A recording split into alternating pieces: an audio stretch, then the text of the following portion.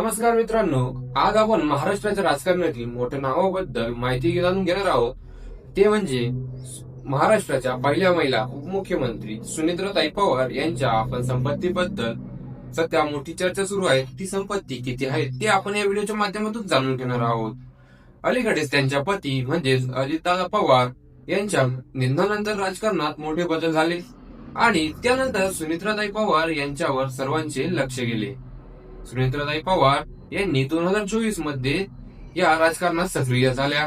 त्यांनी बारामतीच्या लोकसभेत मतदारसंघातून निवडणूक लढवल्या होत्या. त्यानंतर त्यांनी राज्यसभेच्या सदस्य बनल्या.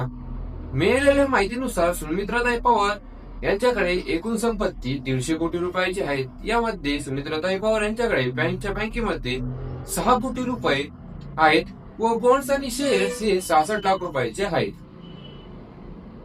सुनेत्राताई पवार यांनी 1.15 कोटी रुपयाची LIC काढलेली आहे. दागिन्यांच्या बाबतीत बोलायचं झालं तर सुनेत्राताई पवार यांच्याकडे उपमुख्यमंत्री महिला म्हणजे सुनेत्राताई पवार यांच्याकडे 35 किलो चांदीची भांडी आहेत, 21 किलो चांदीच्या मूर्ती आहेत आणि 20 किलो चांदीच्या भेटवस्तू आहेत. त्यांच्याकडे सोनं 1030 ग्रॅम इतके सोने आहेत व हिरे आहेत. या सर्व सोन्या चांदीची एकूण किंमत ती म्हणजे 2 कोटी रुपये आहेत.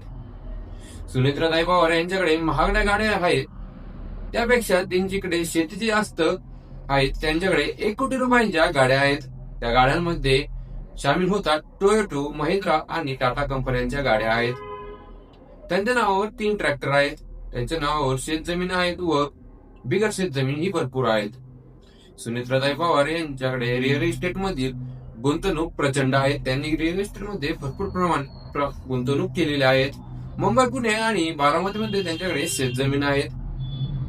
कमर्शियल बिल्डिंग्स आणि आलिशान घर आहेत. त्यांची एकूण किंमत 100 कोटीच्या आसपास आहे. आणखीन एक गोष्ट म्हणजे सुनेत्राताई पवार यांनी त्यांच्या कुटुंबातील सदस्यांना कर्ज दिले आहेत.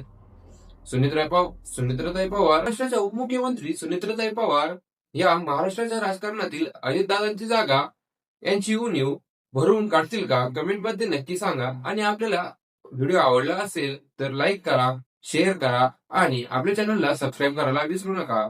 अजून अशाच प्रकारे कोणत्या राजकारणाची माहिती हवी असेल तर आपल्या कमेंट बॉक्स मध्ये नक्की सांगा.